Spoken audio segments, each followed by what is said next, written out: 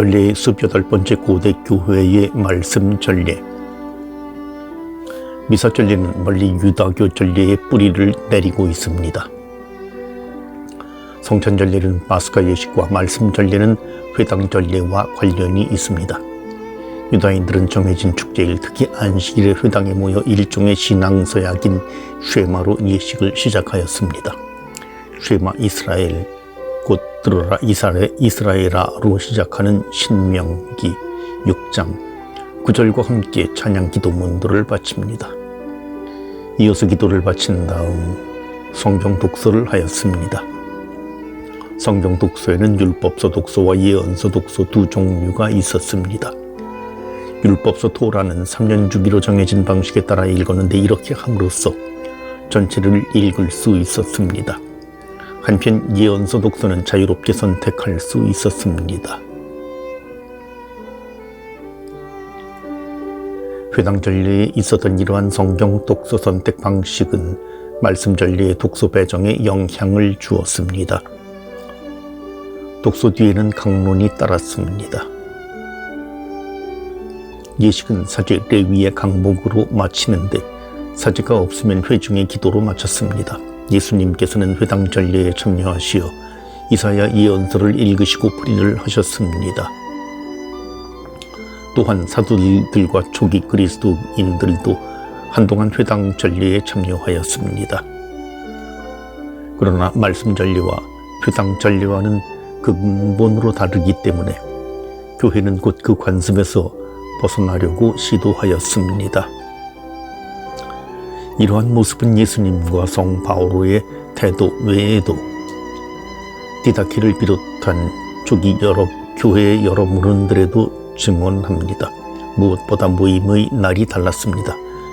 그리스도인들은 안식일이 아니라 주일에 모였습니다. 또한 교회에서는 말씀과 성찬례를 연결시켰습니다.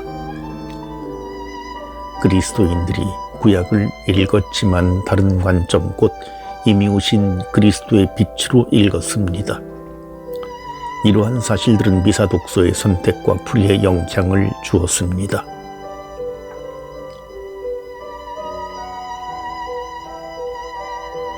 신약 성경은 미사 말씀 전례에 관해 뚜렷한 암시 전해.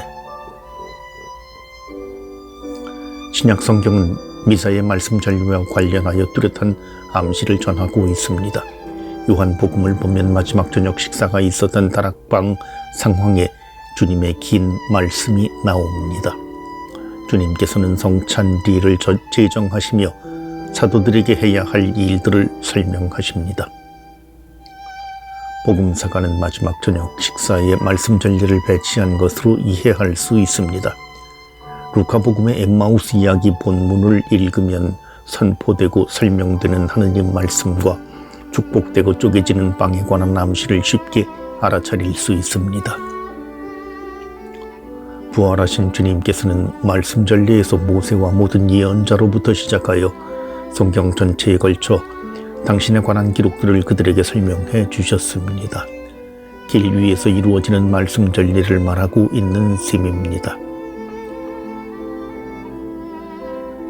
한편 사도행전은 트로아데에 있었던 주간 첫날 모임, 곧 주일 미사 상황을 전합니다.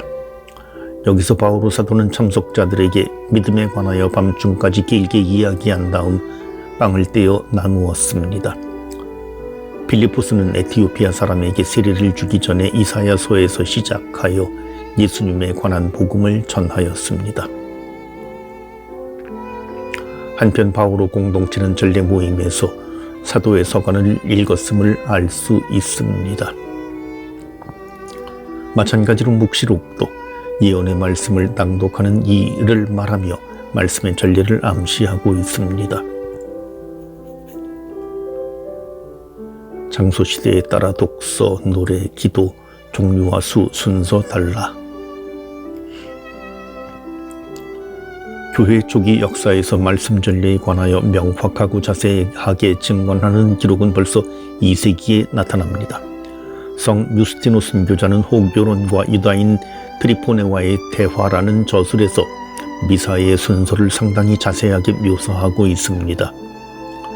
먼저 성경 독서가 있습니다. 독서는 사도들의 기억과 예언자들을 읽습니다. 사도들의 기억은 복음을 말합니다. 사도들이 쓴 서간도 포함될 수 있습니다. 예언서는 율법서를 포함한 구약입니다. 이어서 주례는 방금 들은 독서의 바탕을 두고 강론을 하며 이 훌륭한 모범을 본받으라고 권고하고 격려하였습니다. 이어서 후대의 신자들의 기도라는 이름을 갖게 되는 공동 기도를 바칩니다. 평화의 입맞춤으로 말씀 전례를 마치고 이 예식은 성 그레고리오 시대의 지금과 같이 명성체 준비의 한 부분으로 바뀌었다. 성찬 전례로 이어집니다. 맨 마지막에 가난한 이를 위한 모금을 하였습니다. 비슷한 시대의 다른 증언도 있습니다. 소아시아 지방 사르디의 멜리톤 주교는 부활절 축제 때 탈출기 단락 독서 뒤에 강론을 하였습니다. 그의 강론의 탈출기 단락을 독서했습니다 라는 말이 나옵니다. 당연히 말씀 전례는 성찬 전례보다 앞에 있습니다. 마찬가지로 2세기 익명의 14일주의자가 2세기의 부활절 주일이 아니라 유다인처럼 니산달 14일에 지내는 그리스도인들 한 탈출기 본문을 인용하며 한 강론도 같은 상황을 말하고 있습니다. 4, 5세기 교부 문헌을 보면 성찬 전례에 앞서 말씀 전례를 거행한 것은 정상적인 모습이 되었습니다. 물론 장소와 시대에 따라 말씀 전례를 이루는 독서, 노래 기도들의 종류와 수와 순서들이 다르게 나타납니다.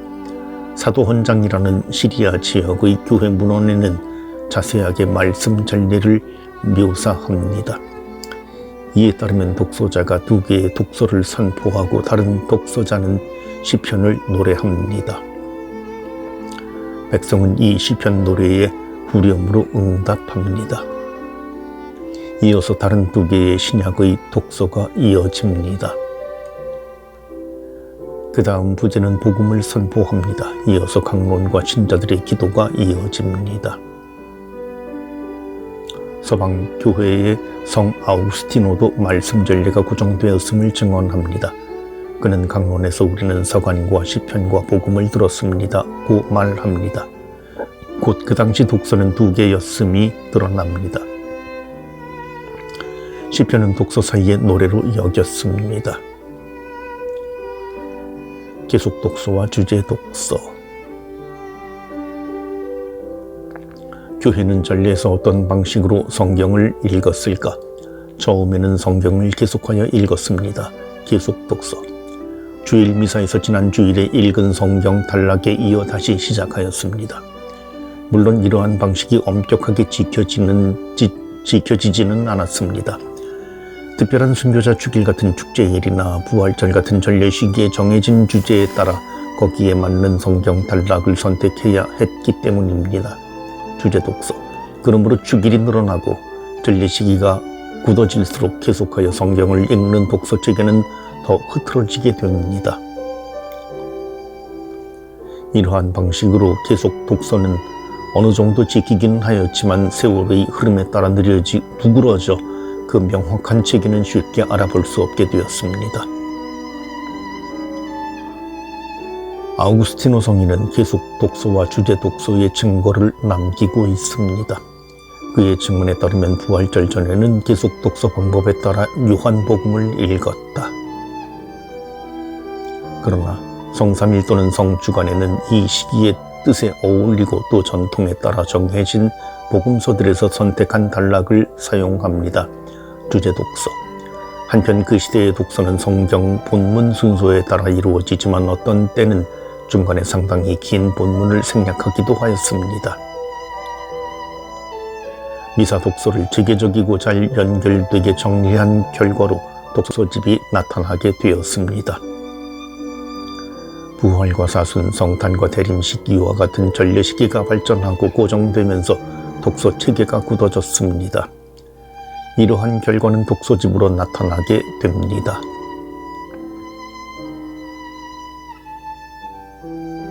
독서집은 단계적으로 이루어졌습니다.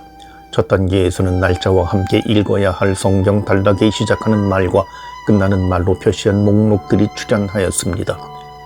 처음에는 성경책 여백에 기록하였지만 나중에는 따로 목록집을 만들었습니다. 이어서 한 해의 흐름에 따라 배정된 성경 단락 전체를 수록한 참되고 고유한 독서집들이 출연하였습니다. 여기에 적용된 원칙은 각 봉사자는 자기 임무에 맞는 고유한 책을 갖는 것입니다. 서재는 성사집, 미사경본의 아버지, 부제는 복음집, 독서자는 독서집입니다. 성가책은 조금 더 후대에 나타났습니다. 고대 로마 예식서는 라테나로 성당의 교황리에 미사를 드릴 성당으로 행렬 때 차부제와 대부제가 2개의 독서집 곧 사도독서서관과 복음독서를 운반했다고 말합니다.